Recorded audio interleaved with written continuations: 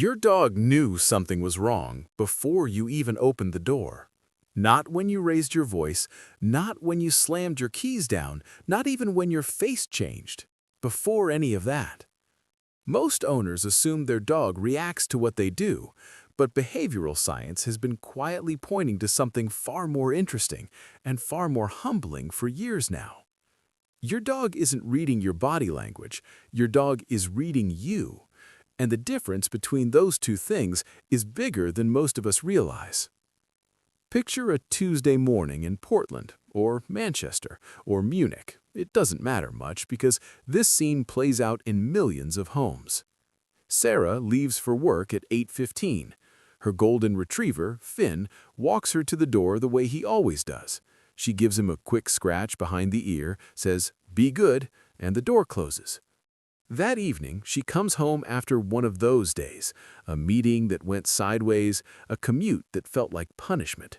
She's not angry at Finn, she's not angry at anyone, really, she's just carrying it. That specific kind of exhaustion that sits in your shoulders and your jaw without you fully noticing. She opens the door, and Finn, who normally launches himself at her with the enthusiasm of someone who has been waiting 8 hours for this exact moment, does something different. He comes to her, slowly, tail wagging but lower.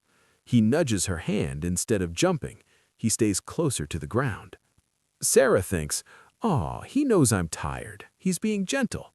And she's right, but what she doesn't fully understand is how he knows. Because Finn didn't read her posture. He didn't notice the tension in her face. He knew before she was even inside. In 2016, researchers at the University of Bristol published findings on how dogs process human emotional chemosignals, essentially the chemical signatures that human bodies release when we experience strong emotion. What they found was striking.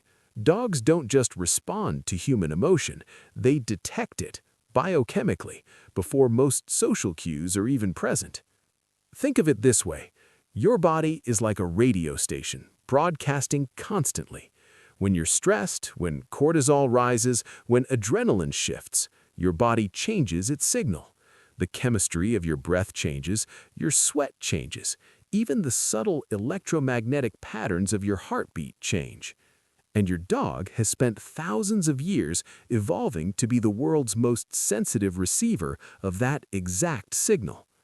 So when Finn pressed his nose toward the gap under the door as Sarah approached, which dogs absolutely do, he wasn't guessing. He was reading data, real, biological, chemical data that no human in that building could access. By the time Sarah turned her key, Finn already knew this wasn't a regular Tuesday evening, and his nervous system had already begun adjusting to meet hers. Now here's where most well-meaning dog owners and a lot of well-meaning advice get something quietly wrong. The most common instinct when you come home tense and your dog gets soft and close is to accept the comfort, to sink into the couch, let the dog curl up and decompress together. It feels mutual, it feels like connection, and in many ways it is. But here's what behavioral science adds to that picture. When a dog senses a highly dysregulated emotional state in their owner, sustained stress, suppressed anger, deep anxiety, and they move into that space, they aren't just offering comfort, they're also absorbing it. Dogs are what researchers call emotional sponges in a co-regulatory system.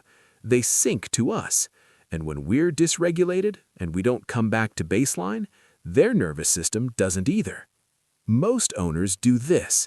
They come home tense, they let the dog comfort them, and they assume the dog is fine because the dog stayed close.